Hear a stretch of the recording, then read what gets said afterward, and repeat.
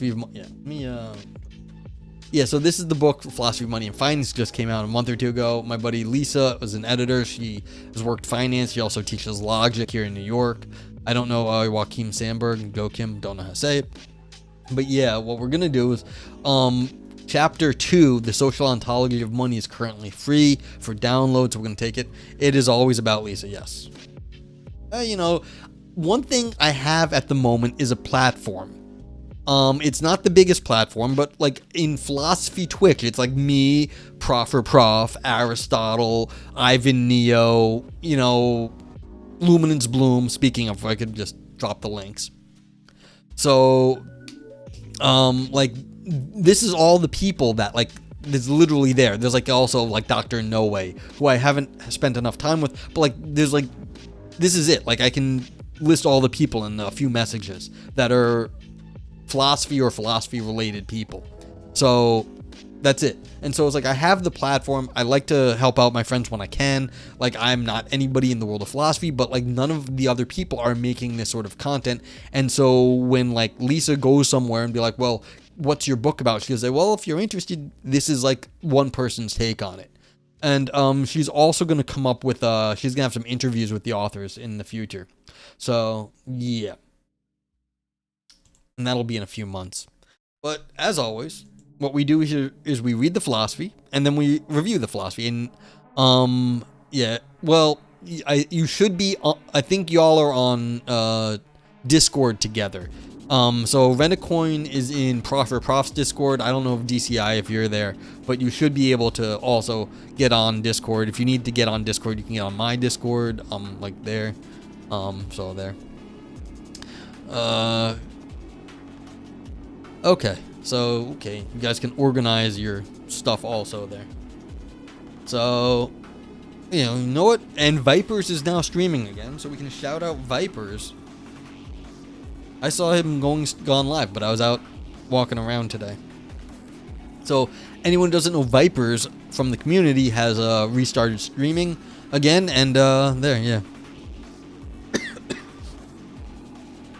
But yeah, so. As always, my first time reading this. This is The Social Ontology of Money by Frank Hindriks. Hindriks. Let me drop the music. It's just out, and here we go. Let me know what you guys think as we go. Many things have been used as money. Pieces of metal and paper have turned out to be rather convenient in this respect. More exotic examples are squirrel pelts in medieval Finland and large limestones with holes in them on the Isle of Yap until the late 19th century. For a long time, it has been natural to assume that money is a concrete object, or more precisely, that is always realized in the form of concrete objects. However, nowadays there is ample reason to doubt this. In particular, electronic money and cryptocurrencies are not plausibly regarded as concrete objects. For instance, they are not things that people can see or touch. But if money is not a concrete object, what is it? Your Searle's name already? What? Although electronic money has been around for some time now, philosophers have still not come to terms with it. In his otherwise penetrating reflections on the ontology of money, Uskali Maki, I apologize for how I say everyone's name, does not mention, and John Searles 95 has struggled with the issue. Initially argued that money is an institutional status that is imposed on concrete objects. As a consequence, the relevant objects can be said to be money. However, Barry Smith pointed out that this idea makes little sense when it comes to electronic money. After all, in that case, there is nothing on which the status is imposed. I mean, that's not fair. There always has to be someone's computer somewhere which is storing the data. And so, granted, the data in that computer is not the physical money, but we are storing that information somewhere, and so we are giving the information a social value. Yeah. So I'm not 100% sure what Barry said, because there is no cloud. There's just other people's computers. Yeah. After all, in that case, there is nothing on which the status imposed. Yeah, I don't know about there is nothing in which. There is something. It's other people's computers. In response, Searle has conceded that in the case of electronic money, there is no concrete object that has the status, but this leaves open what exactly its ontological status is. To shed light on this, I consider the function of institutions, which is to generate cooperative benefits. The institution of money generates such benefits by coordinating behaviors between people in a way that reduces transaction costs. Okay, so this is a little bit weird of a definition, because there's already a sense of cost in the definition when you're trying to define money.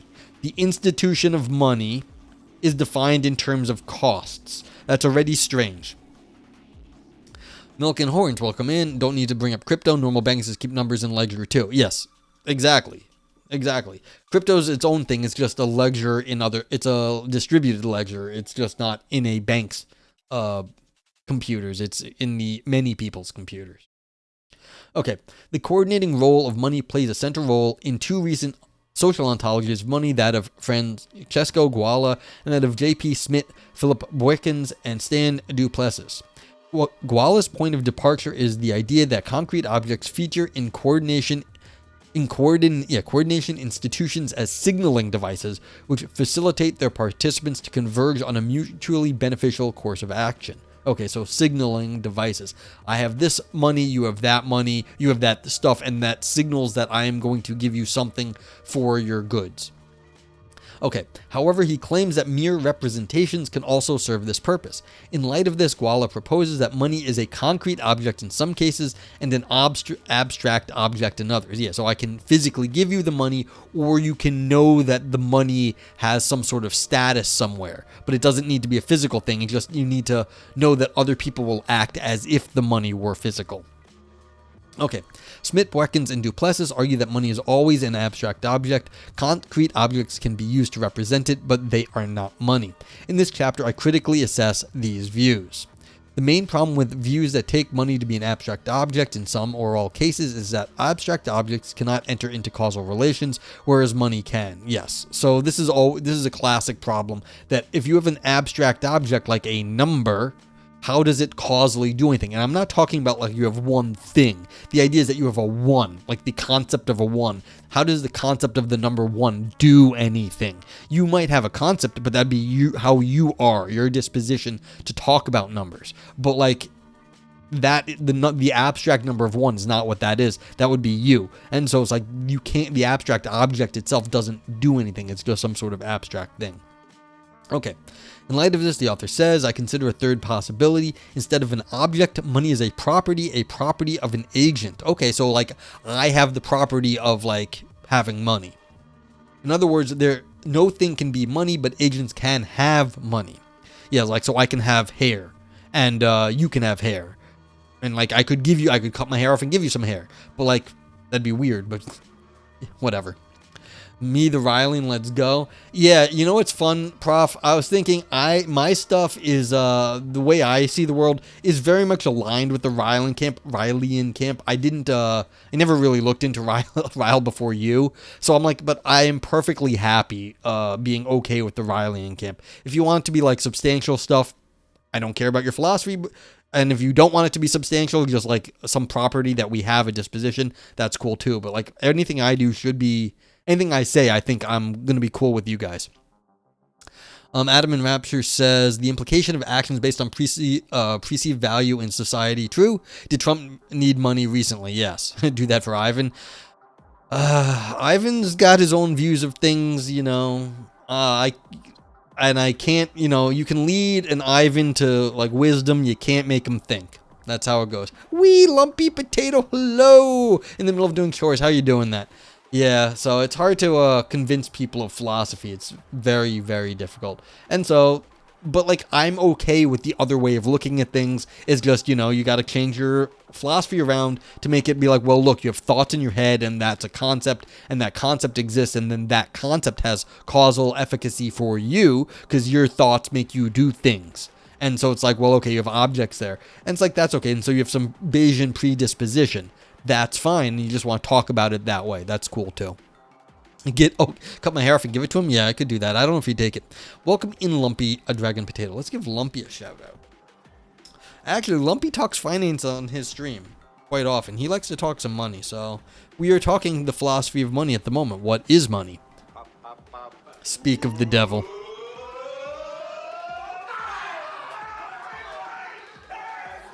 Ivan, welcome in. Where was I? This is the King of New York. Lumpy, did you see that clip I have, my raid clip? That is a clip from the King of New York. Back when Lawrence Fishburne was Larry Fishburne. Welcome in, Ivan. Thanks for the raid. Welcome in, Raiders. Hi, I'm Noah. No Gray Zero. No Gray Zero. No Gray O. Whatever. I don't care. Just be nice about it. Tell me your short Twitch sad story. And so, no. So, like, that's the movie that is King of New York. And so, if you want to see, like, New York City culture, you go watch The King of New York with Christopher Walken. Yeah. So, what's up, Ivan? How you doing? How's the rest of your stream? We're just into the philosophy of money. This is just setting up. We're on, like, the second page. I wanted to start a little bit earlier. What's up, Unreal Brian? How you doing? Welcome in. Thanks for stopping by. But yeah, it's a little bit of New York culture. And this is why I would never call myself the King of New York, because there's that movie, and then the Notorious B.I.G. That was his, like, alter ego in his raps, was the King of New York. So he'd call himself Frank White, who was the Christopher Walken character in the King of New York. So, like, if I were to ever say King of New York, that would be automatically referencing back to the Notorious B.I.G., which, unless I had very good reason to do so, I would not do. Yeah. You can't accept Larry Fishburne, you just call it the Mandela effect. Yeah, it says Larry Fishburne on, not Lawrence Fishburne. He's back when he was Larry Fishburne in on that movie, which is just mind fucking, like, it fucks your mind up after all the great things he's been in, that he was Larry back in the day. Yeah. Adam says, I've been studying Ryle. It was very early ideas of philosophy of language. Later, philosophy of language showed the arguments made had issues. The most damaging to Ryle ideas in chapter 2, he never offers exactly a purely behavior disposition endgame, and his other arguments fail on other grounds, but it was an early attempt, which was great. Okay. I mean, you're going to, like, Prof is a Ryle fanboy. Let's go with that. And he is a Ryle enjoyer. So, like, if you have an argument with Ryle, that's fine. I don't know enough about Ryle to speak on him, intelligently, although I will say that he's been referenced favorably in many things I've read. So, yeah. Well, I'm in time to read Ryle and not people writing about Ryle, yeah. With your leatherwork skills, you could be the Queen of New York. Thank you. Hey, I'll take that. Although Queen Latifah, I mean, has an argument to have Queen of New York. One of the fun things about Queen Latifah in some language, I forget which one, also means queen. So technically, Queen Latifah is queen. Who knew? Yeah. So yeah, I was showing people I made like a leather notebook cover. So you can see I had with an attached pen holder, adjustable. Yeah. All right, so we're gonna have a Ryle fight in chat, but yeah, the Sahara Desert. What? What's the Sahara Desert, DZI? Oh man. Okay, so yeah, we're just talking about what is money, and this is like, what is it? Is it like the author said, they just said that because they don't think it's an abstract object, they're going to call it a property of agents or people. Yeah, people getting riled up. Yes. The example of clown was interesting. The Sahara Desert. No one expects the Sahara Desert. What are you guys talking about? Was that like your raid thing? Oh, what's going on? Bro, what? Los Angeles baseball team? Sahara. Oh yeah, that's right. Desert. Sahara just means desert. Thank you. Someone just mentioned that the other day. I was there. I should have remembered. Yeah. Queen Latifah in the Sahara Desert. Yeah. Very different things.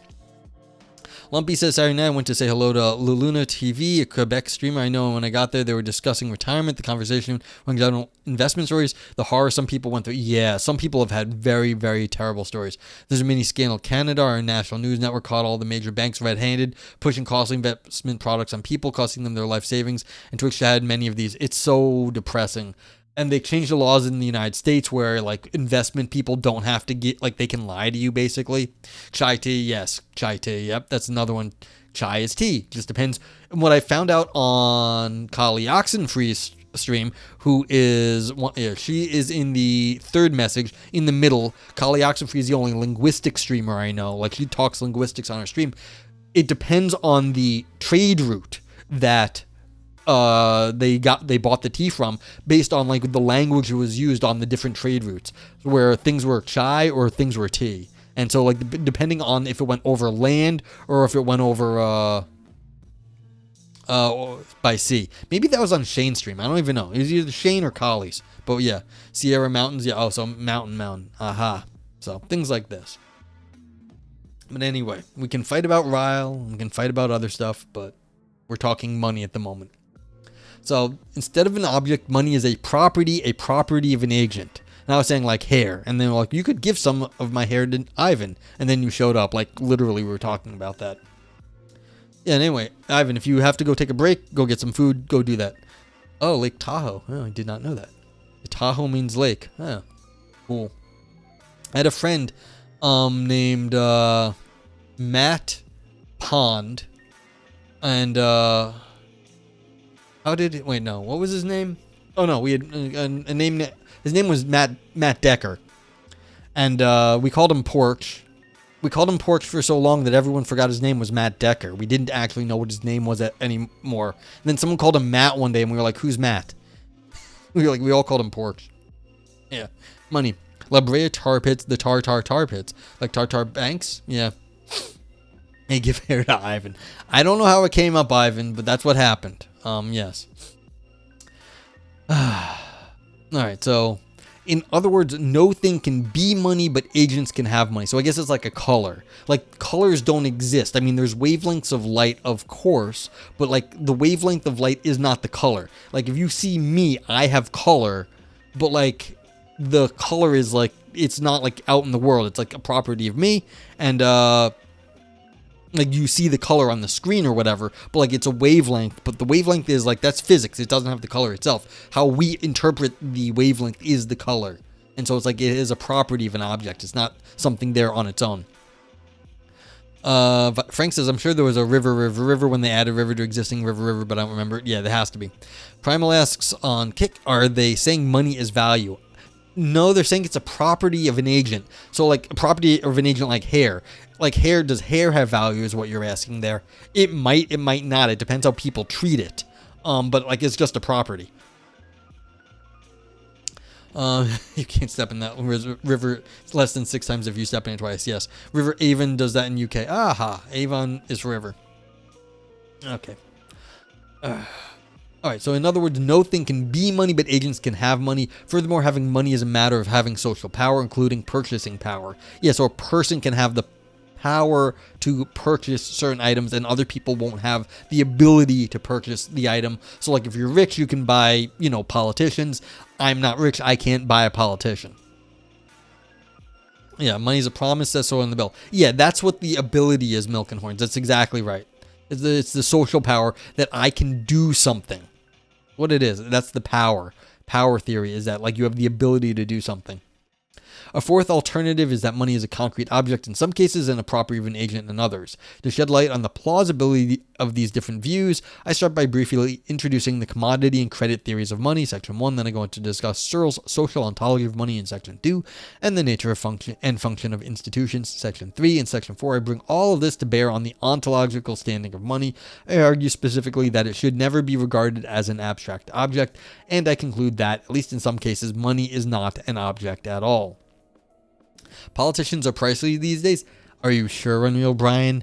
I'm sure you'd be shocked because I remember some people like what they got paid came out and it was only a few $1,000s. So actually, I could afford a politician. Wouldn't be a very powerful politician, but I actually could afford a crappy politician. Like I've got a few $1,000.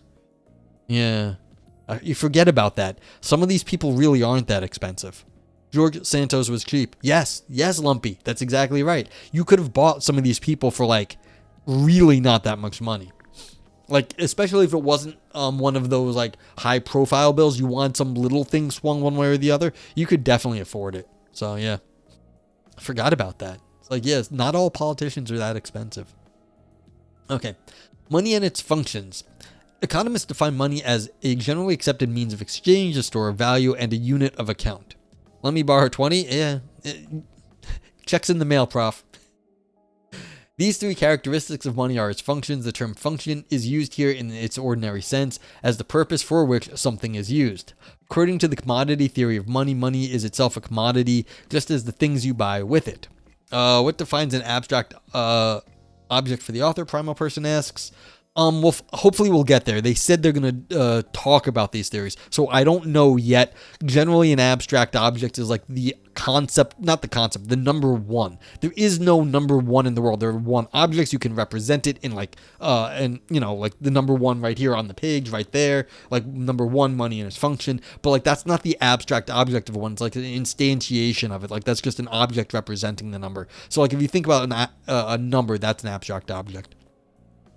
Viper says UK money has I promise to pay the bearer and demand of X pounds, which goes back to the gold standard when you can exchange the note for gold. Now you can only exchange them for other notes amounting to the same value. Yeah, we used to be able to exchange it for silver here in the US. That's true. Gold standard, silver standard said you can trade this for silver. Lumpy Drag says, like that company who tried to sell their nuclear sub-secrets for only 100K, not even enough for a down payment. Well, I mean, that was back in the day, wasn't it? So yeah. He says, wait, Prof, I know about Publish that will publish your paper and Joe that could build you some revenue. Yes, exactly. Yeah, I was talking about that earlier. Neil Bryan, if you could get a bank loan for a politician, you could present a good plan for a return on investment. I mean, that's, I think, exactly what Trump is doing right now. Heard they got reported, even their Skype, yeah. They said, yes, he was here. Oh, man. Okay. So, we'll get to that stuff, Primal Person. They have to start defining things. Okay, it is a concrete object to which people attribute value independently of its use as a means of exchange. As a generic means of exchange, money solves the problem of the double coincidence of wants. In a barter economy, I can buy something from you only if you want what I have to offer. With money, people can buy things irrespective of what others want. Thus, money reduces transaction costs relative to a barter economy. Yeah, because if I want, like, rocks and you don't have rocks, you only have dirt, then I'd have to go buy your dirt and trade the dirt for rocks. And it's like, well, there's going to be a cut. Every time you have to go sell something, you're going to have to give, everyone's going to take a little profit. And so you're going to lose a little bit of value if you have to like barter multiple times to get to what you want. Milk and Horn says gold standard is no different than bills, just a more universally accepted promise. Yes, but yes and no, because the way the U.S. government works now is that you have to pay your taxes in U.S. dollars. That's the only thing the U.S. government pays. You cannot pay your taxes in anything other than U.S. dollars is the only thing except. If you do not pay the taxes, people will come for you and they will take your shit and maybe even throw you in jail.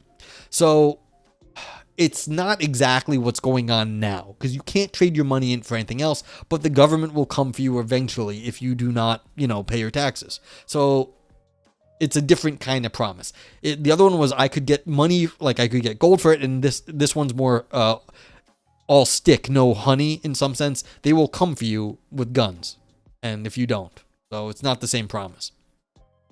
Viper says all monetary systems are predicated on the fact that if you don't play along, someone will either beat you up or imprison you. Yes, exactly. Fiat money is based entirely on faith that the government issued it. Gold is real. Yeah, and well, what is gold worth? Why do we care about gold? It's pretty. You can make jewelry out of it. We've been making gold jewelry for a long time. Why do people make gold jewelry? Gold doesn't rust. It always looks good. And so it makes for excellent jewelry because, if you have silver, it gets tarnished over time and you have to clean it and then it doesn't look good. But like when silver is clean, it looks amazing. It is the shiniest metal. But like gold never tarnishes. And so it always looks good. That is one of the great benefits of money. That's why people like to have gold jewelry because it always looks fantastic. So it also gets used nowadays in like for industrial things. It gets used in like electronics, all sorts of stuff. So it has uses, but why do we care about gold? Why have we cared about gold? It's always meant something to us. Otherwise, it's just a fucking rock. Who cares? But like it does mean stuff. And please, IRS agents, I love you. Don't audit me. I paid my taxes this year, like I did. So if fiat money rocks, we fiat is good. We like fiat money. Yeah, but the whole point is like if you have to start breaking down why we like gold, it's because it has other value to us. It's just some metal otherwise. Why do you care? Like I could give you a block of aluminum. What are you going to do with a block of aluminum? Yeah. Viper says, I heard once that precious metals were prized in ancient times because gold equals sun, silver equals moon. Yeah, so in that case, it had like some sort of religious or social significance. Wouldn't be surprised, but like, what I consider the value of gold now is its industrial uses and the fact that, you can make really pretty jewelry out of it, and everyone likes jewelry. Lumpy says, in that Twitch convo I was talking about, one person was so illiterate about taxes they owed a lot of money and they are audited each and every year for the rest of their life. That's sad. I had a buddy who was screwed over by, like, he was in a union, and the union trusted some accountant to invest their money, and the guy screwed them over and ran off with it, and he had a retirement. He was going to be able to retire, and then it's just gone, and I don't know what's happened to him because that was before the pandemic, and it's really sad. A guy had money stored up in an account that he was going to be able to retire on, and then it was just poof. It's bad, and it was because the union used a scumbag accountant. It's bad shit like that. Yeah, gold has industrial uses now. Exactly. So that's why gold is important, because people like it because it's shiny, and also because it goes into electronics and other things. So it's really sad, and it's too bad. Don't people just pay for an accountant? No, DCI, they don't. So they do not. Primal says, would just be very inefficient if everyone had trade X times before they got what they want. Well, that's why we like money. That's why we like an abstract store of value. Because otherwise the barter thing is just not going to work. I mean, how many things do I have to barter before I get to somebody who already has lots of stuff that they don't have, I don't have anything they want. And then I'm going to have to barter lots of things to get to that. That's no good. Yeah. Okay, so according to the credit theory, money was introduced by the state to facilitate paying taxes. Yes, well, I don't think that's the original, but that's a good reason why people do it now. What's worth 200 to 300? Oh well, an accountant maybe. I mean, depends how much money you have. If you make very little money, then no, it's not worth it. All right, the idea is that the state issues pieces of paper that people can use for paying taxes. Using such pieces of paper commits them to offering goods at a later point in time, thus money comes with an obligation to repay a debt. In this respect, it is similar to the credit someone might have in a store. The credit theory is particularly suitable for explaining the existence of fiat money. As repaying a debt takes time, store of value is the primary function of money from the perspective of the credit theory. Furthermore, the state plays a central role in stabilizing the value of money, as people will always be able to use it to pay taxes. Viper says, what was funny? Personally, I think it's good that school teaches geometry rather than how to do taxes. It becomes useful every parallelogram season. Yes, exactly. Money can be realized in the... Yeah, see, I missed that one. Thank you, Lumpy. Money can be realized in the form of concrete objects such as shells, furs, and stones. However, banks often have more money on their balance sheet than in their vaults. For centuries, they have been able to create money at the stroke of a pen. This reveals that concrete objects are not essential to money. The invention of electronic money has made this even more obvious. Instead, electronic money requires a device for electronically storing currency, such as a computer system or a chip card. Even so, it cannot plausibly be identified with bits. Electronic records merely represent money. This is why electronic money presents a puzzle for the ontology of money. In light of this, I ask whether money is ever a concrete object. Furthermore, if or when it is not, what is it? Alright, so I don't really buy this statement here. It cannot plausibly be identified with bits, because when you have a dollar bill, it has a, serial number on it. There's still information there representing something to the US government. So there's still data stored on that dollar bill. It represents something there. So I'm not 100% sure what the argument is here, because I just don't know. So electronic money is just a dedicated server for poverty. Yeah. I mean, that's what it's a credit system. That's just what they were arguing. And so they give you all this credit that you have to repay back. So that's what that theory says. All right, status, function, and deontic powers. According to Searle, institutions are systems of constitutive rules that enable the creation and maintenance of status functions. To explain what he means by this, I first discussed the notion of a status function and then that of a constitutive rule. Dacia says, paper cash is the same, right? Is it a promise to pay the bearer? Coins can be real actual money, though, from their base metal. Yeah.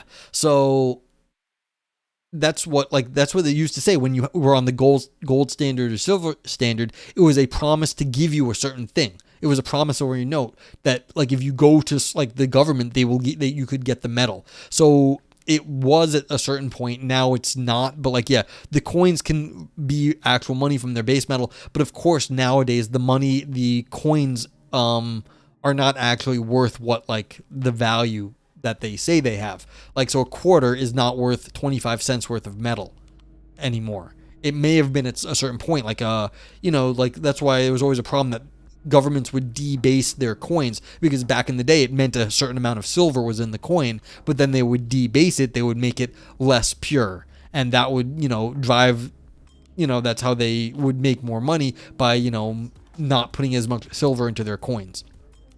And there was a problem recently in the United States where it cost more money to make a penny than the penny was actually worth. So we were losing money making pennies. And I forget what the outcome of that was, but that was a thing for a little while. Yeah. So, okay. Yeah, I know a guy is terrible. That's true. Sometimes they're good, but, like, quite often they're not. Yeah. So DCI says some silver gold coins in the UK are worth more in their metal. Yeah. And that was the problem, was people were starting to melt down some of our coins, and the US government doesn't like when you do that. You are technically allowed to destroy pennies in the United States, but all the other ones you're not. Yeah. Adam says, and citizens back in the day would shave off bits of the silver coin to compile bits of silver. See, yeah, that, I mean, makes a lot of sense. Frank says, losing money making pennies is the best way to stop counterfeiting. Yeah, but I mean, you realize how many pennies we have in circulation here. It's a lot. Yeah, Superman 3, exactly. And referencing that is Office Space. Like in Superman. Okay, so state functions consist of deontic powers or rights and obligations. Yeah, so now we're going to talk about obligations, like what it is to owe somebody something. Example of status functions are police officer, property, and marriage. I don't know what that means. A police officer ought to prevent and solve crimes. If something is your property, then other people are not permitted to take it without your permission. Excuse me. And being married entitles you to certain tax reductions. My mom was so pissed. My dad died a few years ago now, or 2 years ago now. And she was so pissed when she had to single file and she lost all of that stuff. She was like, it's not my fault he died. I want my tax reduction back. Money is also a status function. It consists of the deontic power to buy, pay, and close debts. And it provides people with the ability to buy and sell and the ability to incur and pay debts. This in turn implies that money is a store and measure of value. Thus, institutional entities have status functions that confer deontic powers on people. Milk says, how can one lose money by making money? Sounds like one of those monies is not actually money. Yeah, but if you're the U.S. government, like I said, you are in the business of maintaining the economy. And if you need to have more coins in circulation, then you need to make them. But what if making the coins to keep the economy going costs you more money than what the money itself? You need to keep the economy going, which is worth way more to you than the cost of making the coins. So you take the loss on making the coin to keep the economy running. I mean, that was what the issue was. So they had to do that, but they didn't like losing money on the deal. Like, it seems bad for the government to lose money making money. Lose money printing money. Yeah. Okay, institutional statuses are sometimes attributed on an ad hoc basis, as when someone is made the leader of a group without there being a procedure for this. But then the coin is not money. Well, that's the point. We've moved away from the coin actually being the physical store of value. It is no longer that the metal in the money is worth anything. It's not, or it's not worth what the money is not worth what the metal is worth. The money is worth what the U.S. government says it's worth, or the economy says it's worth. So it's not the same anymore, and that's correct. The coin isn't. The idea, the concept of it being a U.S. penny or a U.S. quarter, that has the money. That has the value, not the physical metal of it. Okay. In other cases, they presuppose a constitutive rule, which is a rule that has the following structure. X counts as Y in C. For instance, Barack Obama counts as the 44th president of the United States. He has this status because he meets the conditions under which people count as presidents. And he had the deontic powers that come with the office. Yeah, so he can, sign laws sign bills into law. Like, I can't sign a bill into law, but a government official has the power to sign a bill into law.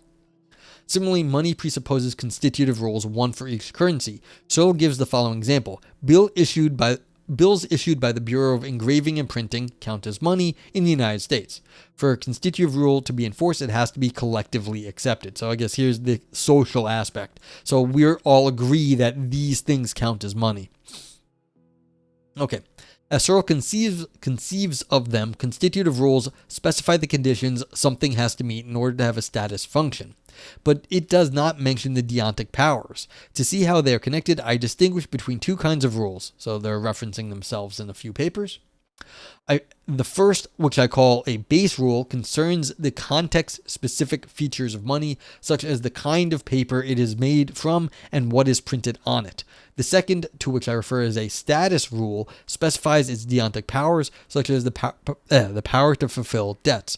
This dual conception of constitutive rules, as I call it, solves another problem. Searle had been criticized for offering a theory of currencies rather than of money as such. The charge is that Searle is concerned with the contingent features of particular kinds of money, but has little to say about its necessary features. As I see it, base rules pertain to particular currencies, while status rules explicates what money is as such. In particular, the deontic powers that feature in it are the essential features of money. Okay, so look, the way you make money doesn't matter. What constitutes the money, it's irrelevant. This is Aristotelian. It's hylomorphic. You've got the hylo and the morphe. The hylo, the hule, is the physical stuff. How you put it together, what is the metals or whatever, in some sense, that's contingent. It doesn't matter. Then you get the form, the morphe. And that matters because then we understand what attributes it has. And part of the attributes this author is saying is that we give it power, that it is worth money. You have a clever, stupid idea? Sounds like prof for prof, Vipers. Why, do you want to make money on Twitch? No one makes money on Twitch. Very few people make a lot of money on Twitch. Go ask Pirate Software. Lumpy says, for 500 years or so, we agreed that monetary authority should only be the state and not each bank or individual so that we can all agree on one system of quantifying debt in the country. Then some dimwit monkey came up with crypto. Not true, Lumpy. Not true at all. Banks issue debt all the time. They make money up. That's what it is to get a loan from the bank. Banks loan out more money than they have in their on their account. They assess the risk of loaning you the money. That's why you can have a run on the bank, because they loan out more money than they have because they misassessed the risk. So banks were issuing money all the fucking time. So that's just false. That's what a bank run is. That a bank issued more money that they had because that's what banks do. You're talking about currency. Well, no, that's exactly it. Banks were offering promissory notes. So that's not quite right. Viper says jigsaw pieces of currency and you complete an entire jigsaw with your pieces worth more. That'd keep the money flowing? Yeah. No one would accept that because, people would hoard important pieces. Then you'd have to trade for the pieces. That would be such an imposition to free trade that no one would want that. Yeah. Milk and Hordes and then those who own crypto have mutually agreed its value. Yes, it's a different system. It's not a government mandated one, but it's a crypto. If people think it has money, then it has money. See David Graeber, debt the first 5,000 years. And so we ripped up the agreement. Yeah, it's a different, it's a different agreement. Graeber reference, let's go. All right, so, okay, Searle initially claimed money must come in some physical form or other. In the case of electronic money, this status is imposed on a blip on a computer disk. I mean, yes, a blip, but it's still a magnetic thing. So what? Smith criticized Searle in this respect, arguing that what is stored on an electronic device is not money itself, but a representation or record thereof. Searle has actually accepted this criticism. He now claims that, insofar as electronic money is concerned, the status function is not imposed on anything. But this is a somewhat mysterious claim in the context of an ontology of status imposition. Yeah, if it's not on anything, then it doesn't, what are you talking about then? Like if it has a property, if it's a property of nothing, then there's no point. It gives rise to more questions than it answers. In particular, if the status function is not imposed on anything, then how are its deontic powers realized, and how can money play a causal role in social interactions if it has no physical reality? And right there, Primal Person, this is the what you mean by what an abstract object. An abstract object would be something that has no physical realization, so it's just some property off in space that has nothing to nothing specific that it like gloms onto.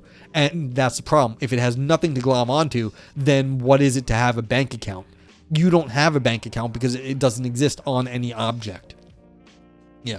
Could be a blip in a neuron. Yeah. Again, you need to have something specific in the world to be able to transfer the money. Otherwise, there is nothing. Like, I can't give you any money. I can't even conceptually give you an abstract idea. I can't give you an abstract idea. Either you have it or you don't. I can't give you one.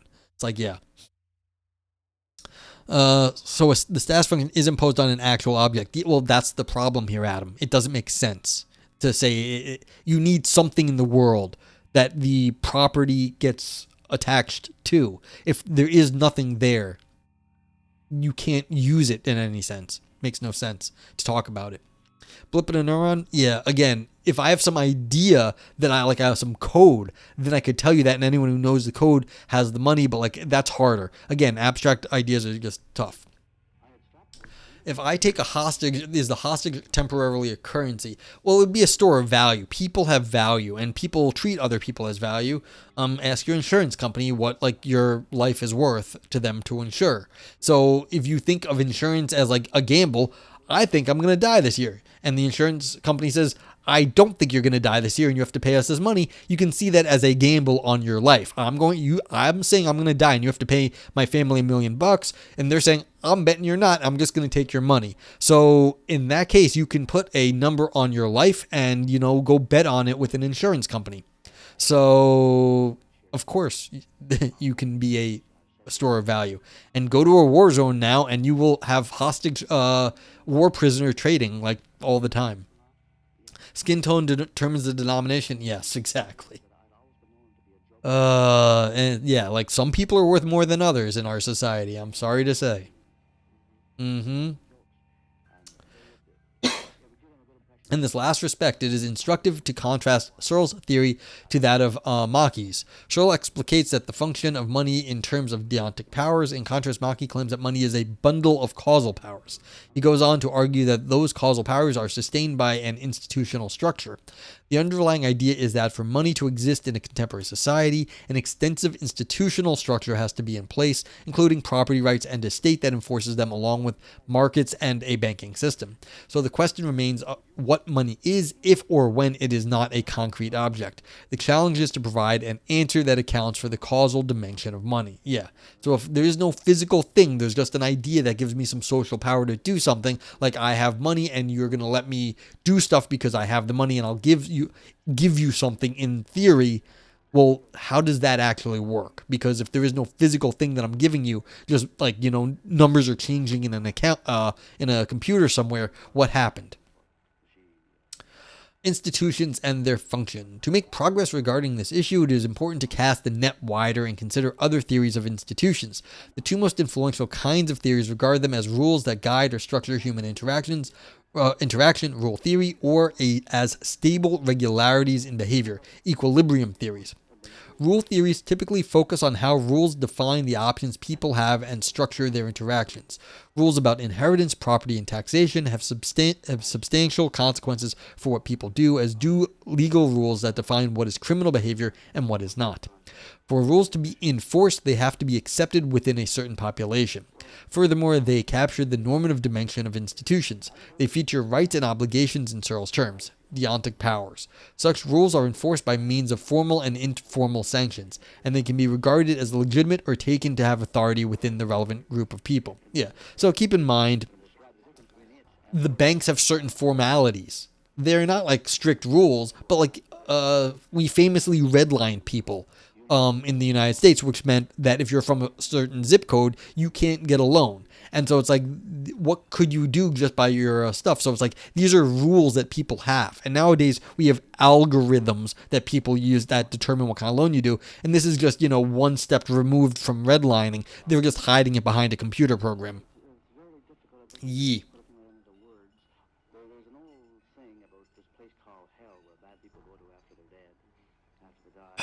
But of course, how else are you going to figure stuff out except using computers? All right, so according to equilibrium theories, institutions are stable behavioral regularities that can be explained in terms of the preferences and expectations of their participants. There are nowadays redlining for internet providers and access. Yeah, you're from your certain neighborhood, they won't give you like fast internet. That's depressing. Not surprising. They're like, we're not going to do that. In New York, the internet companies and landlords were caught to be in cahoots because like one internet company would pay off a landlord not to let the other internet company into the building, so that entire building only had one option for internet.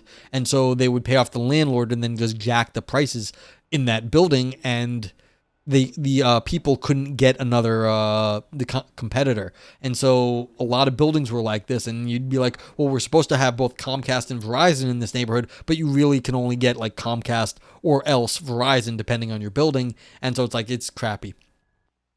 Redicoin says, oh my god, this actually reminds me of a T-Mobile service map where I think most of Nebraska isn't served at all. Yeah, so like there's a lot of stuff going on, a lot of stuff. Do I have a video? No, it's the background music has a talkie section. I'm sorry. I apologize for that. One little talkie section. And you'll hear, now the talkie section is over. Yeah. Okay. Yeah, creepy. Sorry, the music is creepy. I know. I like my creepy music.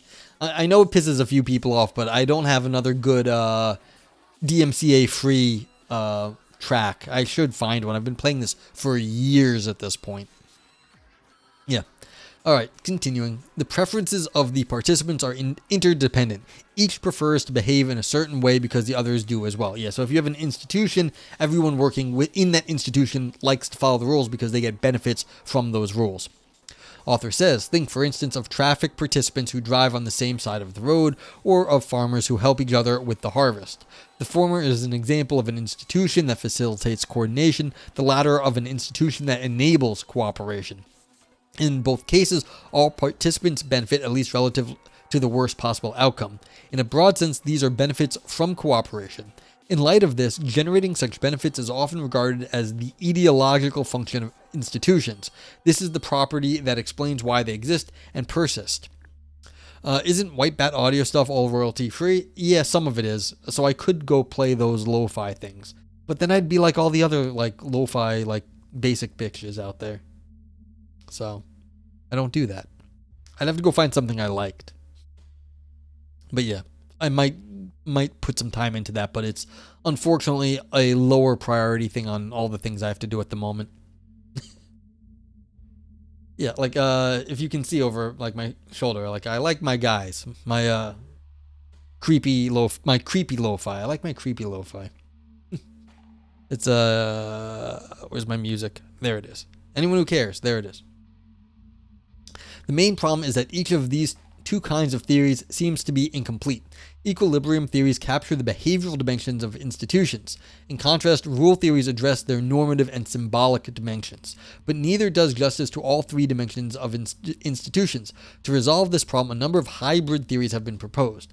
According to one such theory, the rules in equilibrium theory, institutions are rules that specify strategies that form an equilibrium. Yeah, I'm getting flashbacks of like people talking about like Kantian deontology and then consequentialist sort of like calculation, and then trying to put them together, and then you've got the hybrid like deontological stuff where you're trying to find the greatest good outcome, or the rule-based consequentialist theories. Philosophers have been doing this for hundreds of years. Exactly, Unreal. In this sense, coordination institutions are rules in equilibrium. The second core claim of this theory is that signaling devices play a central role in creating and maintaining equilibria. Think, for instance, of smoke signals and traffic lights, of police uniforms and wedding rings. These objects function as signaling devices in that they enable people to converge on a similar response to certain situations such that they behave in a mutually beneficial manner. Yeah, so it's like you see someone has a wedding ring, you can assume in general that they are married and so that they have a significant other, and you might not try to date them. Of course, that does not stop everybody on either side of the wedding ring. All right, how do these ideas transpose to money? First, money solves a coordination problem, the double coincidence of wants. Second, the overarching, and remember, I didn't know the term before, but that means when you're bartering, you might only have certain goods, and if someone else doesn't want the goods you have, then you would have to like barter more than once to get to what the goods you actually want. Like you'd have to go find out what the person that has the stuff you want, what they want, and you'd have to barter for that. Semiotics, yes. So yeah, we're getting into semiotics, it looks like. Okay. Second, the overarching function of money is to generate cooperative benefits. These consist of the reduction in transaction costs that it achieves relative to a barter economy. Things that are money fulfill this function by being used for particular purposes as a means of exchange to store a value and a unit of accord. You like guns and butter? Okay. Third, in order for something to be used for these purposes, it has to be sustained as money by interdependent preferences and mutually sustaining expectations. This means that people must prefer to use a particular object as a means of exchange on the condition that others do. They must actually expect each other to do so, and this will motivate them to do so, and their expectations are self-reinforcing. Yeah, so if everyone's using dollars and not euros, that's good because then everyone will coordinate using dollars and not euros. But of course, we could all use euros here in the US, and as long as the US government was cool with that, like it wouldn't make any difference. As payments for graphics cards, yes. So, an intriguing combo. Yeah. Okay. As mentioned in the introduction, the coordinating role of money is central to two recent social ontologies of money, that of Guala and that of Smith, Borkins, and Duplessis. Guala argues that people can solve the problem of double coincidence of wants by converging on a particular commodity, relying on the hybrid or unified social ontologies that he and I have presented elsewhere. He proposes that commodity functions as a signaling device and thereby serves to reduce transaction costs. Semiotics says, those are standard examples of specializing trading guns for butter. Oh, I did not know that. Thank you. I did not know that. There's a lot of stuff about this that I don't know. Like this is social ontology is like really prof. You should ask about social ontology better than me. And it's like, yeah, these are things I don't know. So. Like, I know ontology in the abstract. I do not know, like, this applied ontology to money. So, yeah. So, if anyone has examples like that, do tell. Thank you, Semiotics. All right, to explain the stability of fiat money, Guala invokes the state as a central authority, and he proposes that it is itself a signaling device. It declares the rule, and thereby the strategies due to which particular currency is money. Yeah, as I was saying. We could use euros here in the United States or pounds or anything else. It's just the U.S. government says use U.S. dollars. Also a better name for Guns N' Roses, looking at Axl Rose these days. You're not wrong. Okay, so we got a link there. Interesting. All right. Okay. And its declaration makes it salient what is money in the context at issue. Furthermore, Guala argues that although it can be, money need not be a concrete object. In particular, electronic money is an abstract object. Yeah, so the U.S. government as an institution says we will count some sort of like banking system to determine money. And so I guess that would count as the institutional like granting of the powers of money to a banking system. Good night, Lumpy. Thank you for being here. Appreciate you. According to Guala, institutions are rules that people are motivated to follow. Thus, for something to be money, people must be motivated to use it as such. However, some of the things people would ordinarily think of money do not meet this condition. Consider a currency that is subject to hyperinflation. Because of this, it has become worthless and people start using something else as money. As it is still the official currency, ordinary people will regard it as money. However, Guala maintains that it ceases to be money because it malfunctions. Thus, he believes that bills and coins are artifacts that can but need not be money. What ultimately matters for being money is not whether an entity is accepted as such, but whether it performs its functions. And depending on circumstances, an abstract object can do so just as well as a concrete object. Bonowi? Yeah. All right. Smith, Wickens, and Duplessis offer a reductive account. Yeah.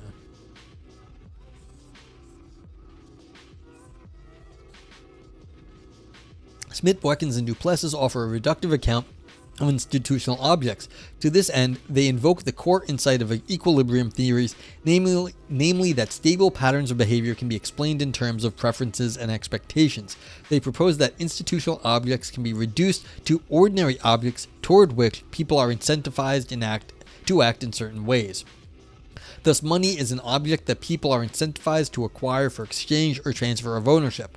One might think that when people are incentivized, there must be someone who incentivizes them. However, this does not follow on their use of the term. When we say that someone is incentivized to perform an action, we merely mean that there is, for that person, some reason for that act, whatever this may be. Is that a good distinction? Isn't acceptance the function? I expect the author to bring this up. I don't know. Against this background, Smith et al. Defend two striking claims. First, all money is backed up by preferences. Yeah, so here we go. It's like it's striking. It follows that there is no substantial difference between commodity money and fiat money. Second, concrete objects that appear to be money are merely records thereof. Hence, money is an abstract object. They support this conclusion by means of their elimination argument. If people had perfect memories, they could perform market transactions without concrete objects, in fact, without any record-keeping devices at all. To illustrate how this would work, they draw an analogy with chess. We can think of physical notes and coins as being like chess played on a board, and think of electronic records as being like chess notation. This is meant to establish that the objects do not really matter in the end except for practical or epistemic purposes. Thus, notes and coins are more like electronic records than they appear. Quote, the states achieved by updating a financial ledger or exchanging notes and coins can both be interpreted as records of some abstract fact. End quote. They conclude that money is a position, quote, on an abstract mathematical object, namely a relative ratio scale. End quote. Frank says, without concrete objects, I'm going to sell Vipers half a pig for your debt of him 4 chickens. Yeah, and it's like, what was that? The joke from the office, like, how much money do you want for, like, Shroot bucks? Like, you know, someone, if it doesn't have it, like, people have to agree to it in some sense. So, but yeah, this is the idea, though. If we all agree to this one abstract concept, isn't it all just moving things around on a ledger of that abstract object? Okay, in sum, Smith, Wickens, and Duplessis take money to be an abstract object. If concrete objects play a role at all, they are merely records of money. In contrast, Guala argues that money can but need not be an abstract object. It can also be a concrete object. This entails that money can have one of two ontological standings. I refer to theories of this kind as hybrid or dualist. In the next section, I discuss the plausibility of various theories of the ontology of money. I start with 3 pure or monist views, according to which money always has one and the same ontological standing. Okay, so the ontological standing of money. 4.1, monism. And monism just means oneism. You're going to be one thing. Before the invention of electronic money, it was rather intuitive to regard money as a concrete object. Money seemed to be a social artifact, a material object that is meant to serve a particular purpose. It was a thing you could put in your wallet. Some of us still use wallets to carry money around. If wallets are for holding money, then it must be a concrete object at least some of the time. However, electronic money is not a concrete object. You cannot carry it around in your pocket or even touch it. Concrete, is that why markets are brutal? Oh, god damn it, Vipers. Yeah, brutalist finance. Electronic money exists due to electronic records, yet it is far from obvious that electronic records are money. Instead, they are most plausibly seen as representations of money. Furthermore, those records do not represent concrete objects. What would they be? Thus, it is implausible to take all instances of money to be concrete objects. Yeah, because if the computer records are just records, like abstract records that could be written on paper, still the paper that they're written on is still an abstract representation of some sort of ledger. And the marks on the paper are not the ledger. It's like the ledger represents there is some money somewhere, or a value somewhere. Okay, it follows that anyone who wants to defend a pure or monist conception of money has to reject the idea that money is a concrete object. The problem with this is that, intuitively, money seems to be a concrete object at least some of the time. The monist has to bite the bullet and reject this intuition. Yeah, so this is what I was saying. If you have a dollar bill, that's not the money. It's like, it's in the eyes of the U.S. government that you have some stored value, but it's not the bill itself. So yeah. The salient alternative is to regard money as an abstract object. On this view, electronic records represent abstract objects. In this respect, they resemble characters that represent numbers. For instance, the number 7 represents the quote number 7 represents the actual number 7. According to the monist version of this view, money is always an abstract object. This implies that pieces of metal and pieces of paper are not money. Instead, they represent it just as electronic records do. The main virtue of the abstract object view is that it can account for electronic money. However, money has temporal, spatial, and causal properties. It comes in existence at a certain point in time in a particular region, and monetary transactions can, for instance, cause a recession, a bank run, or a war. The problem with this is that abstract objects do not seem to have such properties. It is particularly difficult to see how the abstract object view can account for the fact that money can enter into causal relations. Yeah, like, so example, as I was saying earlier and right now, the number 7 in the abstract, it can't do anything in our world. Someone has to do something about it. Like, they have an idea of it, that can do something, but the abstract object on its own does nothing. Can run on me for chickens? I mean, I have exactly 0 chickens. And if you ask me how many chickens you can get out of me, it's 0. And if you think I owe you any chickens, is my name Socrates? No, it is not. A third alternative is to regard money as a property of an agent. For an agent to have money is for her to have a certain amount of purchasing power. During a market exchange, this property is transferred from the buying agent to the selling agent. When this happens, the first agent loses purchasing power while the second acquires more of it. But not half a pig. No, I don't have half a pig either. The property of having purchasing power is the agental equivalent of being a means of exchange. It can be represented by means of concrete objects or electronic records. Such representations also serve as a store of value, and the units that feature in those representations can be used as a measure of value. Thus, the property of having money captures all 3 functions of money. Yeah, but that's weird because there were people before there was money. So did we gain the ability to have money at a certain point? Like, humans never had money, and then all of a sudden they had money. And so how did we gain ontological properties? I guess we can through social development. That makes some sense, but it's hard. Yeah. All right, author says, as I take the first to imply the other 2, I refer to this third proposal as money as power view. It could be called the money as property view.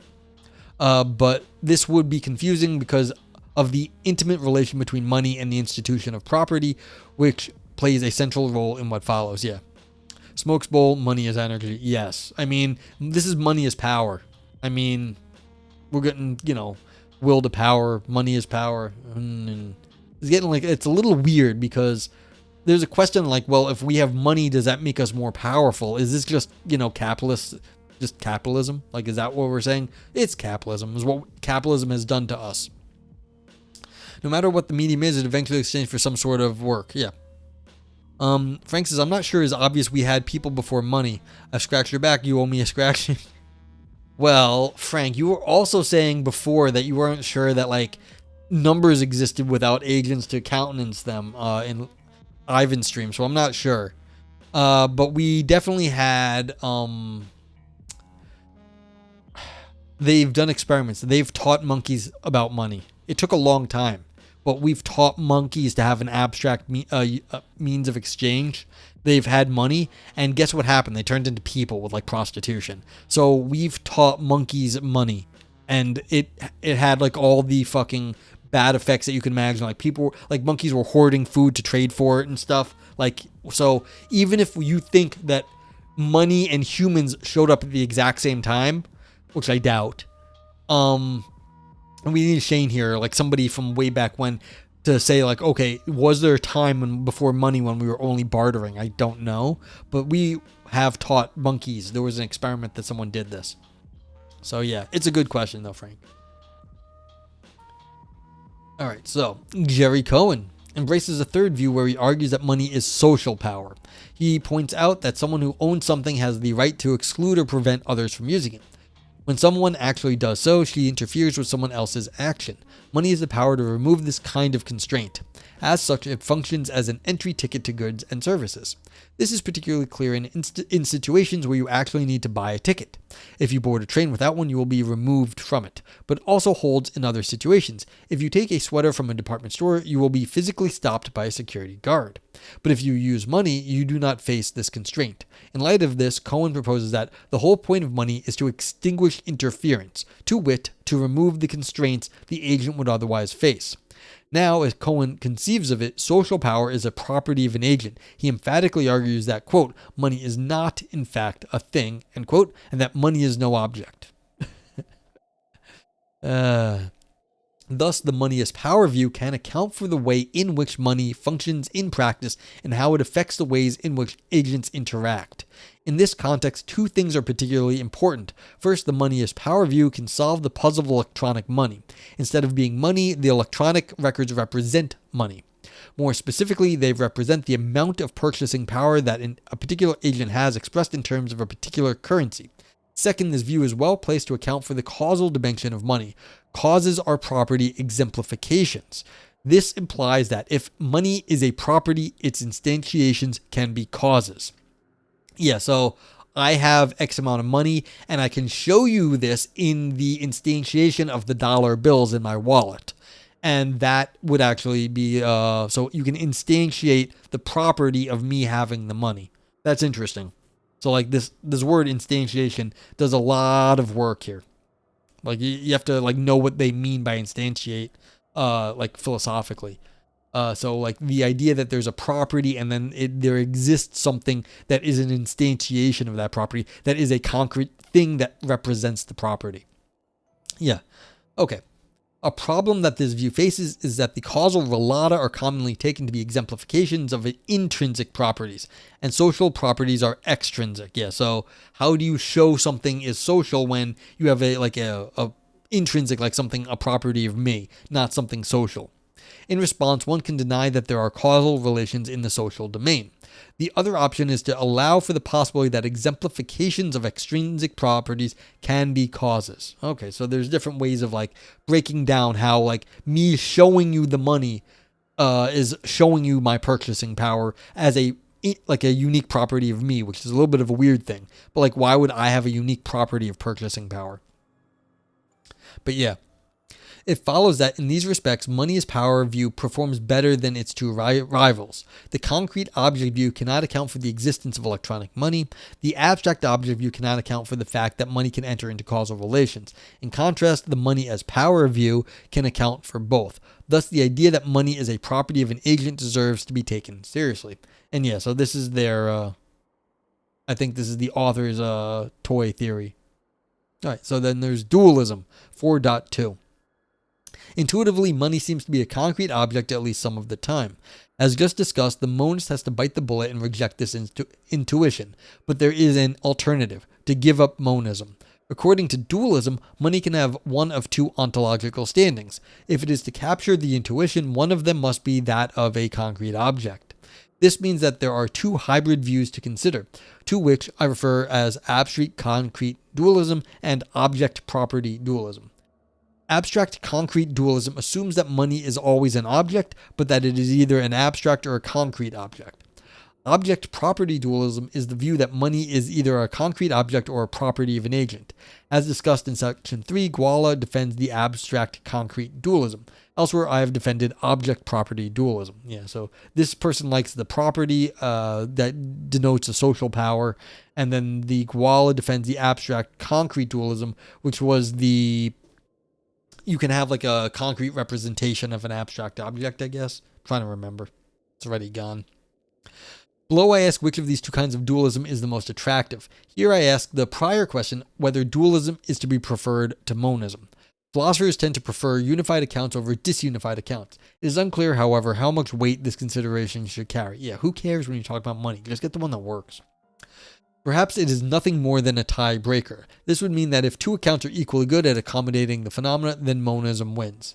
If this is the situation, a preference for monism does not justify rejecting the intuition. Instead, the intuition supports rejecting monism. However, it would be too quick to conclude that dualism has the upper hand. The thing to realize is that the elimination argument, which I presented in section 3, can be seen as an argument against dualism. Okay, nothing. Thank you, Twitch, for just acting weird. Alright, Smith et al. Claim that if people had perfect memories, they could do without record-keeping devices altogether.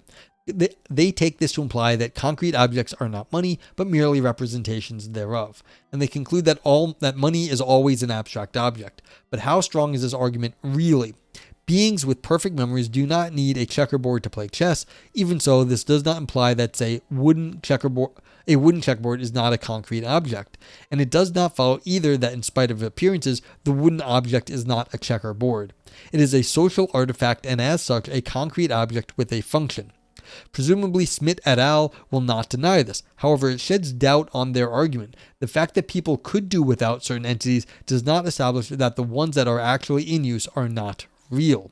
People, of course, can achieve certain purposes without objects, but this is perfectly consistent with the claim that when they do use objects for those purposes, those objects are social artifacts. Yeah, I mean, just because you can have an abstract representation of money, it doesn't make the dollar bill any less money. To support the elimination argument, Smith et al. Present a thought experiment concerning exchange in a prison. Quote, consider a prison with unusually honest inmates, all with prodigious memories that have a cigarette economy. Suppose a guard wishes to punish some inmate by stealing 5 cigarettes from him.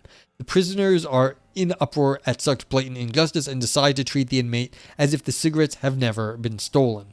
Yeah. They maintain that the prisoner does not lose any money in this scenario, and they conclude from this that money must be an abstract object. However, things could easily have gone the other way, in particular with less honest and more forgetful prisoners. Then the prisoner would have lost money. So this example does not unambiguously support the view that money is an abstract object. Thus, the elimination argument does not support monism. Frank says, a wooden checkerboard is also just a physical representation of an abstract checkerboard, though. Yes, but the point here is that, so what? It can be both, but it is also a checkerboard. It's like, yes, it's an abstract representation. It could be an abstract physical representation of an abstract one, but the abstract representation is just an abstract representation of the physical one. They're saying, look, you can't, just because one is one way, it doesn't mean the other isn't the other way too. Just because you have the abstraction doesn't mean the real one, the non-abstract one, the physical one is not real. So yeah, starting to piss you off. Yeah, this is getting into like the little bit of philosophy argument-y stuff. I think we just got to get through these sections. I'm sorry about the philosophy argument-y crap that's not talking about money anymore, but talking about like monism and dualism. But I don't expect this to. We're more than halfway through, so we're gonna get to some conclusion soon. I apologize for philosophers being philosophers. That semantics, though, just need to disambiguate checkerboard into two things.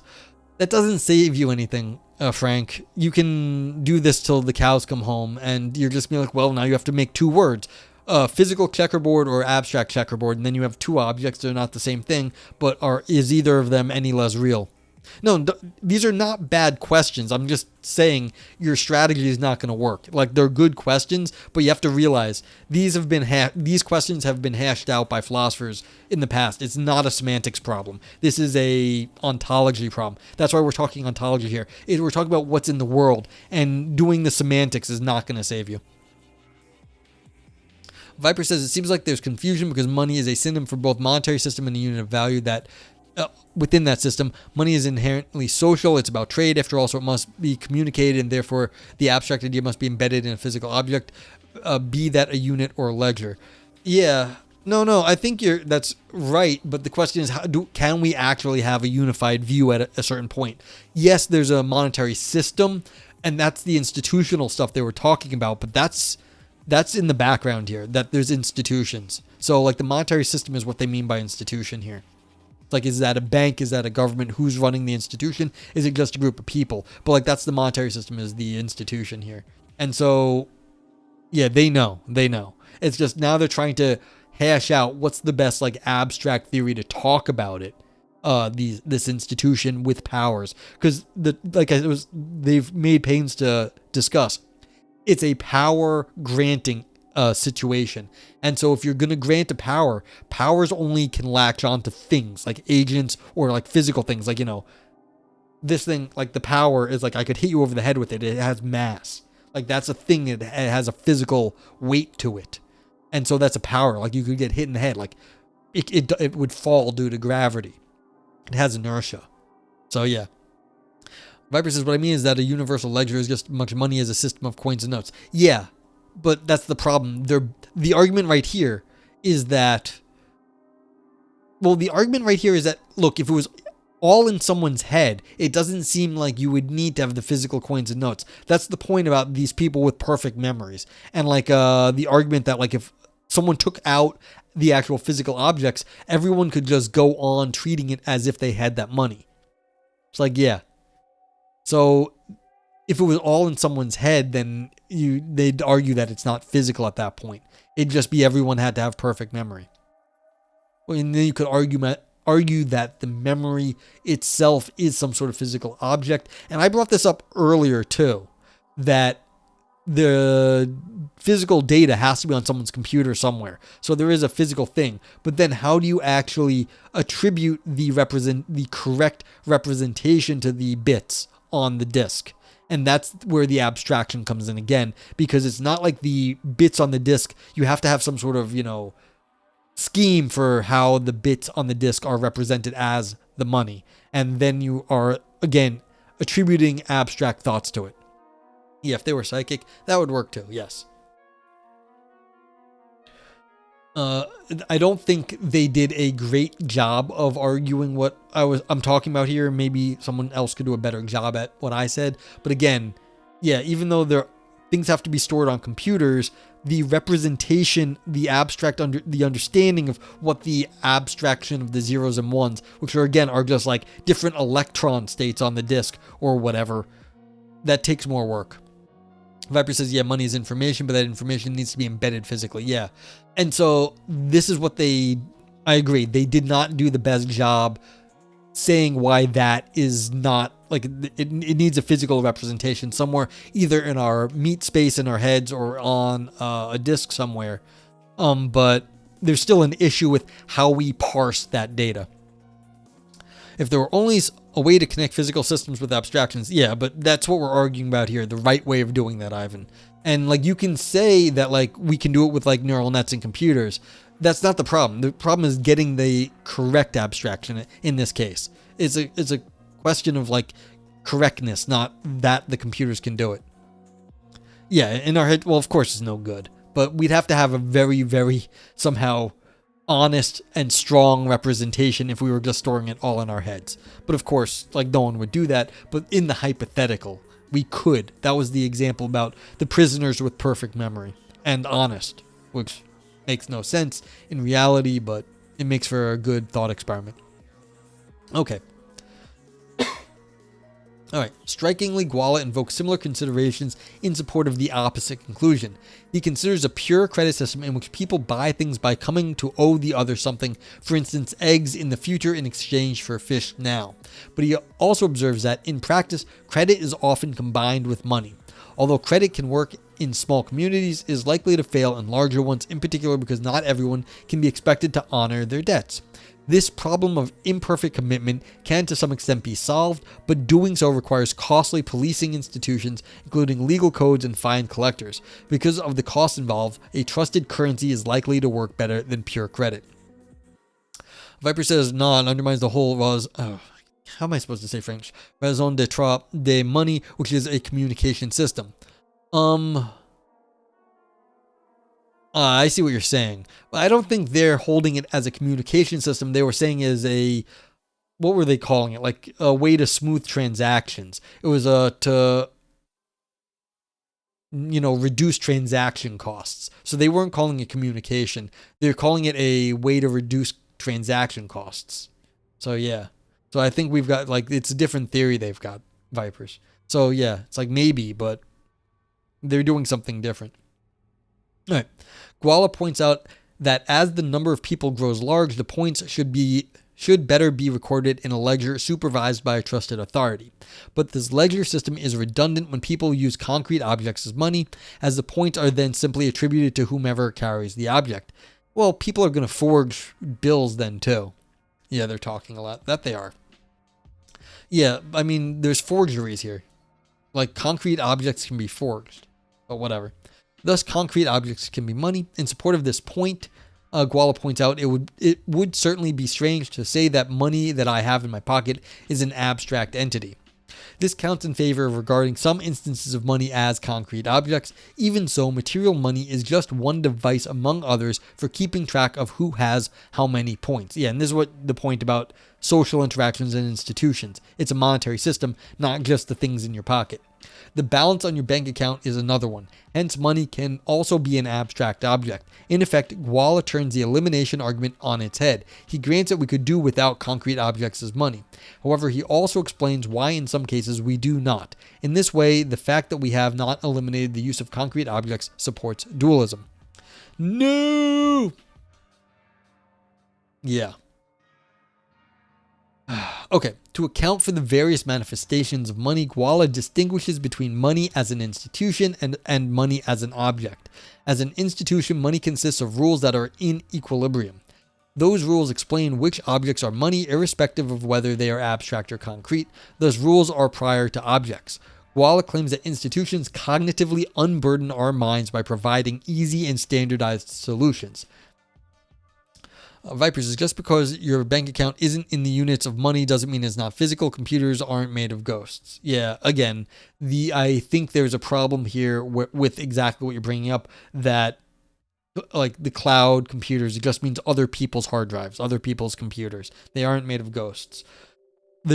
I am still on the side of the argument here because translating the computer into money, what it says there, is still an act. Something else needs to be added. The hard drive itself does not constitute the money. You need to be able to translate. Remember the story of the dude who lost a hard drive with a ton of Bitcoin on it, and it was in a trash dump somewhere, and so they paid oodles of money to get them to find the hard drive. But again, you need to be able to access that. People will, if you could hack it, it's not just the things on it. You have to be able to interpret it. So if you have lost your password for your Bitcoin, the hard drive itself is useless. You need the password. And so in some sense, the representation of the money matters. Yeah.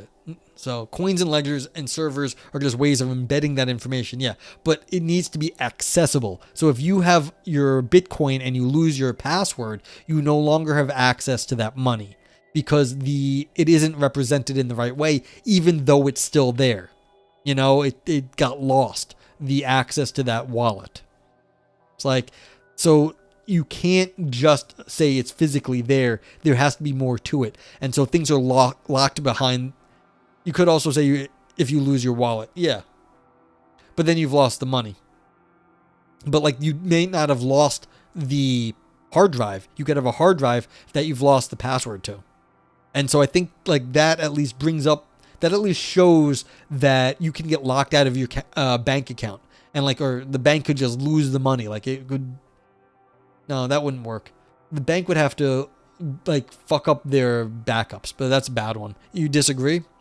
Like, okay, so you've got a physical hard drive, but you can't access the wallet on it anymore, even though the files are still there because you forgot the password. Is the money still there in that hard drive?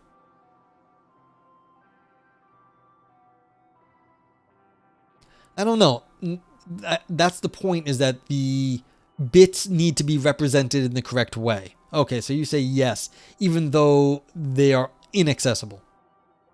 But it doesn't the point mean that you need to be able to access them. The money is still on that drive. The data is still on the drive. I guess. Yeah, the data is still there, even though it's inaccessible. You've got a point, but again, my point is just that it has to be represented correctly for you to use it. And so it's not just that there's a physical thing there. It has to have the right representation at the right time. I think that's the best I can do right now to argue with on the side of the authors.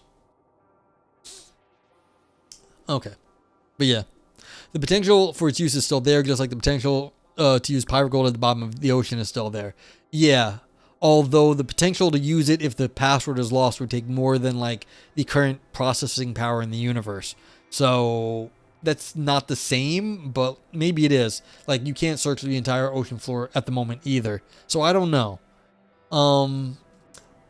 Again, I can't do anything and be like, well, I know there's pirate gold out in the ocean, just like I know there's like Bitcoin on my hard drive. So, like I said, it has to be represented in the right way, and that just shows that it's there, but there's more than just the physical representation of it, that the hard drive has it. Yeah. Okay. Yeah, like I said, best I can do for now. All right, continuing. This claim should caution us against taking the elimination argument and the prison thought experiment too seriously. Although there might be agents who can do without concrete objects and even without ledgers, they are not us. And our limitations as human beings explain why we have institutions and why concrete objects often play a role in them. The difficulty of retrieval isn't relevant. No, but the way to actually use it is relevant.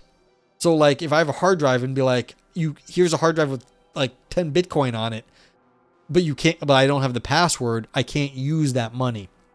And so that's like the social aspect. You can't just be like, it's there, but I have no access to it. So it's like, that does matter in terms of money. Okay. Yeah, because that's why it's like, it's abstract, but like, you still need to be able to do something with the abstraction. You need to be able to, am I wrong here? I don't know.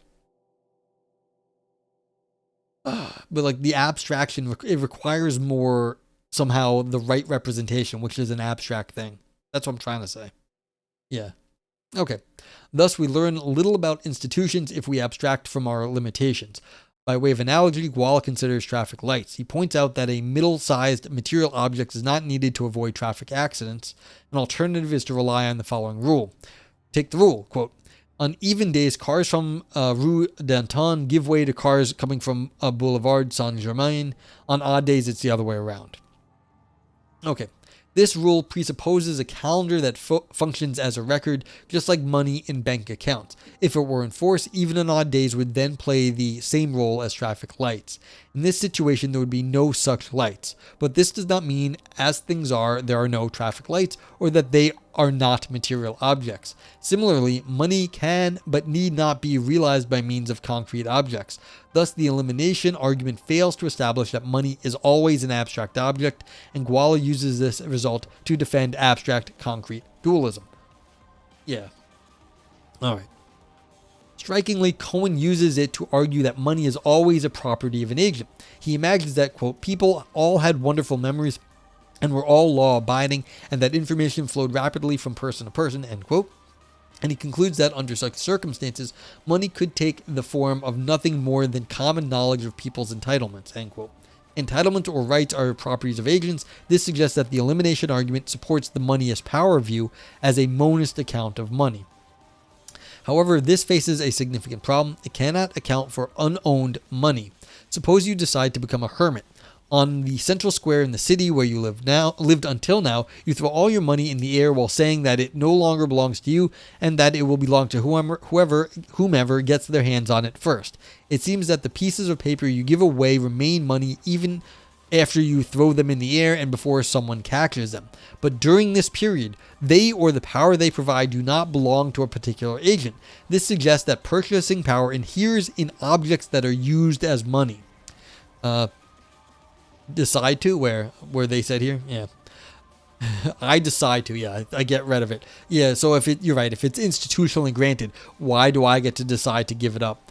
But, I mean, assuming that the institution allows for such things. Oh, you mean a hermit? Yeah. Oh, you are a hermit? Okay. Yeah, but did you throw all your money away? I don't think so. Okay. Electronic money is agent specific. It has, so to speak, its bearer written into it. In contrast, money in the form of a concrete object provides purchasing power to whomever happens to possess it. This explains why, in its concrete object, money need not be owned. It follows that money can but need not be a concrete object, and this implies that monist views are inadequate. I mean, that's fair. Like, there can be disowned money. Like, you can go find a quarter out in the road somewhere, like here's a quarter. I could throw it out in the street and be like, it's not mine anymore. And someone could find the quarter and finders keepers. So that does speak to the physical object being money, but also that it's still institutionally granted that it is money. So the institution of the U.S. government then has granted this object and the bearer of it the power to use it as money. Yeah. Okay. Abstract concrete versus object property dualism. But how to choose between abstract concrete dualism? Yeah, so you've got both the abstract money in your bank and the physical one, and we're putting a little star by abstract in the bank because it just means the abstract representation on the hard drive in the bank. Okay. And object property dualism. Ricard Mackey's claim that money is a bundle of causal power sustained by institutional structure. Yes. Money presupposes other institutions such as banks, contracts, markets, property, and the state. Such institutions need to be in place in order for money to function properly. As such, they enable monetary exchanges. Mackey argues that being a means of exchange is a causal power of money. It follows that, I hope I'm saying Mackey right, it might be Makey for all I know. I apologize. It follows that the institutions mentioned sustain the causal processes that are involved in market transactions. Now, just as objects, agents can bear the appropriate relation to institutions. Furthermore, they can also play a causal role in monetary exchanges.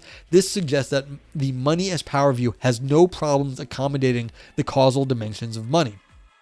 And this counts in favor of object property dualism. Yeah. What about abstract objects? Smith et al. Take money to be a position on a relative ratio scale. Such a scale is an abstract object. In light of this, they conclude that money is an abstract object too.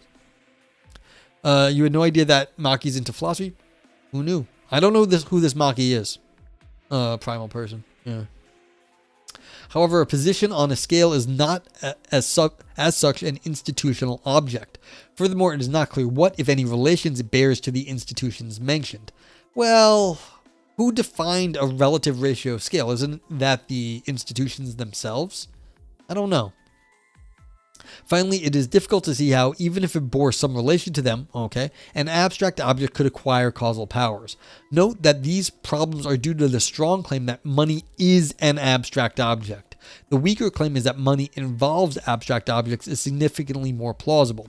To support this claim, consider rosaries, which are concrete objects. How many beads are there in a rosary can be expressed in terms of a number, which is an abstract object. But this does not mean that rosaries are abstract objects. Similarly, the claim that money involves a relative ratio scale makes perfect sense.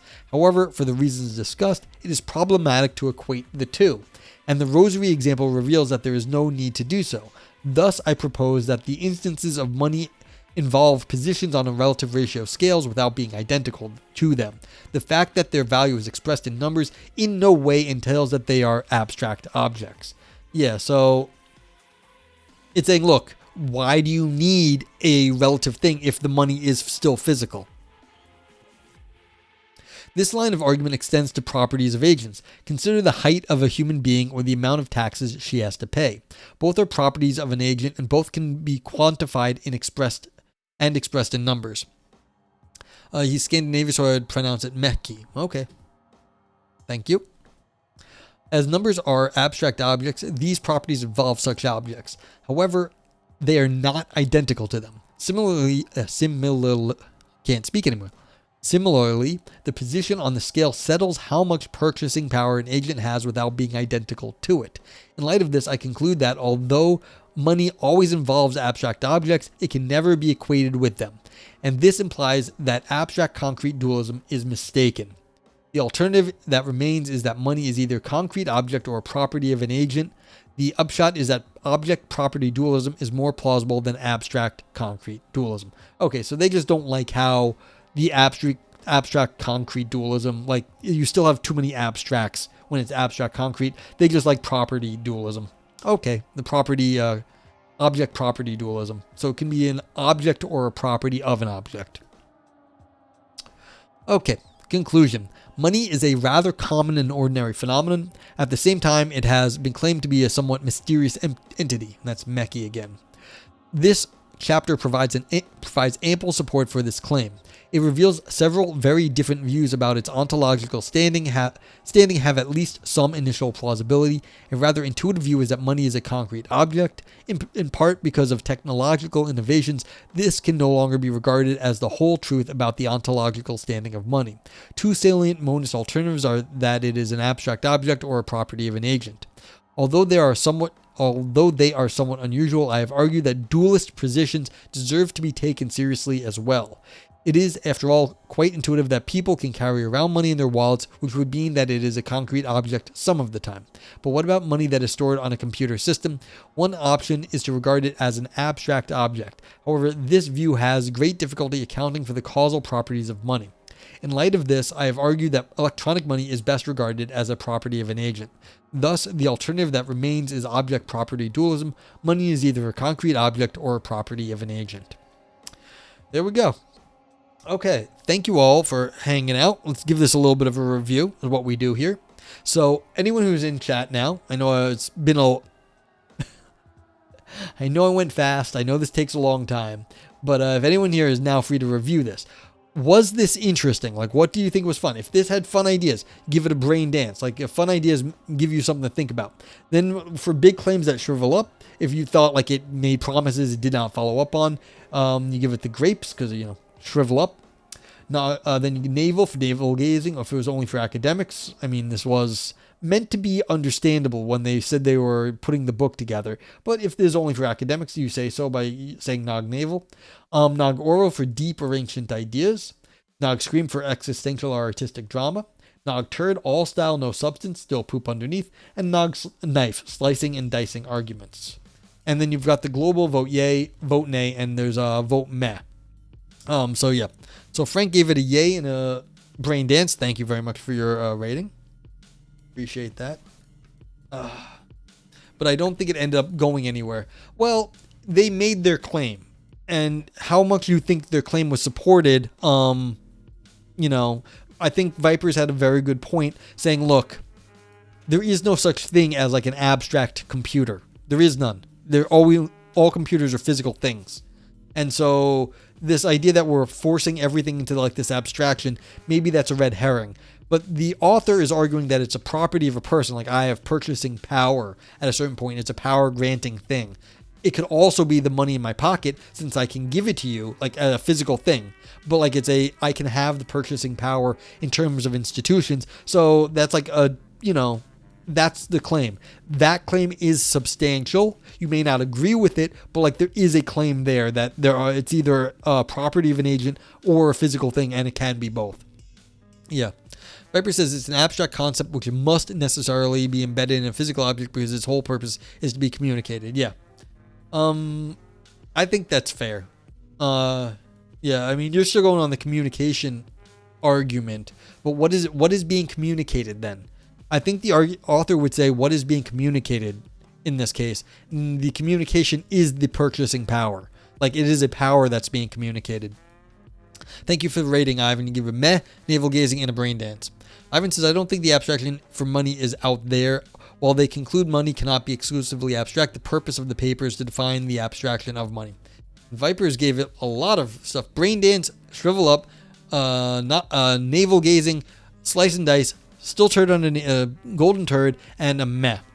Adam says, if someone indeed owned a boat, I'm sure people do own boats, yet forgets and no one can confirm it or has a written record, then a thief tells that person because the owner of the boat has forgotten about who owned it. The boat is now up for grabs and they can lay claim to it. Something seems wrong here for property object dualism. No, because look, if someone had a boat and they forgot about the power that you gain by owning a boat would be to go sailing. The person lost that power when they forgot they owned a boat. So then they say, well, anyone can now have this power, and by, being up for grabs. So I don't think there's something wrong if you're treating the boat as giving you the power to go sailing. You got a little lost in the abstract concrete debate. Yeah, Primal. That's what happens sometimes.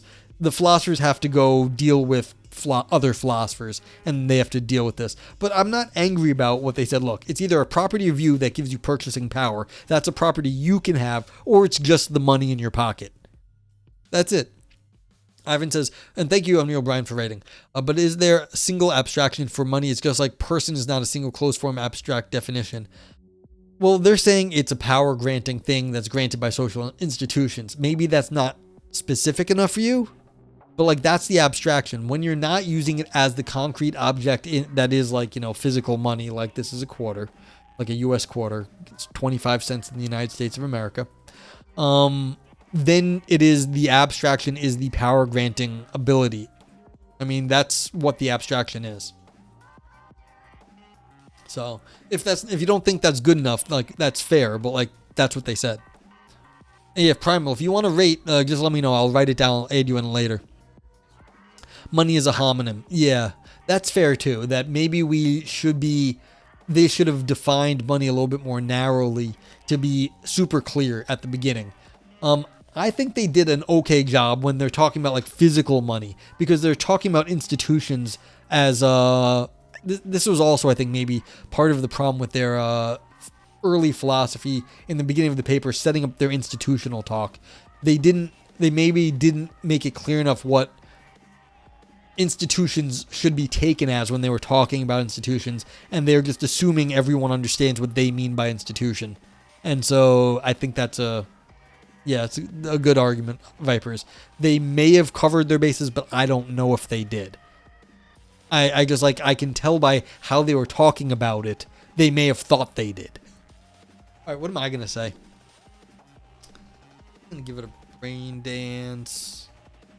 Brain dance. We're going to get a knife. They did some slicing and dicing with their arguments. Give it a vote yay. I think this isn't bad. I also have a soft spot for power granting arguments. Yeah, kinda. No, like this. I'm not going to go overboard here. I don't think it was no substance. Maybe it wasn't the greatest claims, but I think they argued for it. Did they argue in some super sophisticated way? Not really. They argued that they went through a bunch of cases and said, I don't like this about this argument. I don't like this about this argument. And this one here. It's this is not then they ended with theirs, their thing was that was what was left over. And it was well, this one still works. And so there is not they came down with this one thing. This is money. It's still the physical object and or a property of people.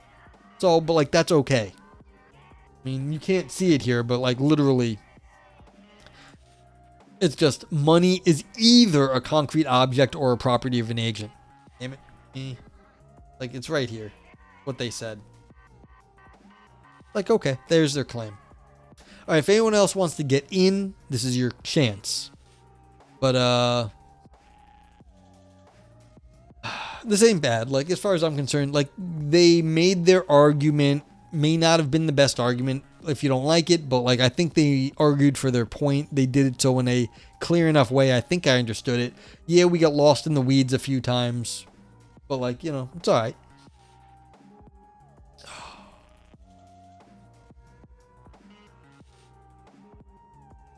Ugh. Overheating. Got this sweater on. Oh yeah, Unreal. I didn't read Unreal's comment. Unreal said, I like the topic, but I found the perspective kind of peculiar. While I kind of don't have a good background in the relevant literature, I kind of feel like they don't either and just grabs onto some of their favorite random stuff. These people in this, I think this person's actually someone in this literature, so they may have been picking what they thought was the best, but they do know what they're talking about, because Lisa said this person was good. So like, you know, what they picked, maybe you didn't like their writing style and how they were just like, well, this person said that, and this person said that, and this person said that. I'll grant you that's how it sounded, but I'm going to take the editor's word for that this person knows what they're talking about on this one. So yeah.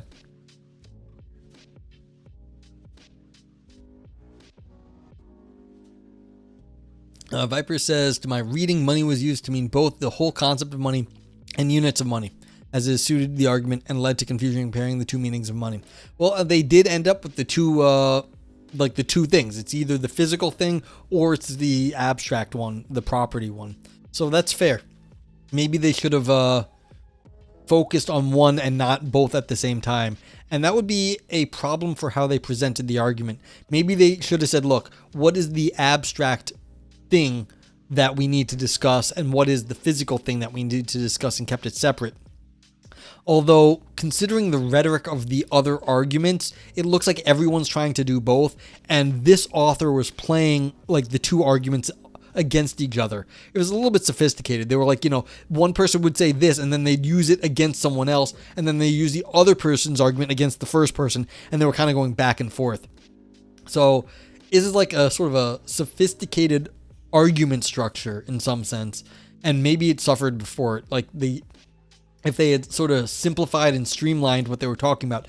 In the first section, we're going to talk about objects of money as a concrete object and come down on like what that is. And then secondly, we're going to talk about money as abstraction and not talk about the concrete stuff. And then the third section, we're going to say, how do you combine them? And then just do that like do that in some better way. Maybe that would have been better for this author. I mean, as is, I mean, I kind of got what was going on, but like if they were trying to express, yeah, see, and then they had all the philosophy arguments also in there. It's difficult. It's a difficult, you know, it's not the simplest paper. It just isn't. Yeah, there was a whole physical money ledger thing. Physical money is just a big distributed ledger. Yes, and this is one of, and I agree with you on this point. That was not handled well here. Just wasn't. Like we can have our disagreement about like how I'm talking about how the bits on a disk are like understood, but that's a really fine point that I'm making, trying to save what they were saying about that. And so it's like, all right, but like you do have to take into account that people think of money as the physical object, like this thing, and so there's something to that. Okay. But that's it. Thank you all for being here and rating. I really appreciate it.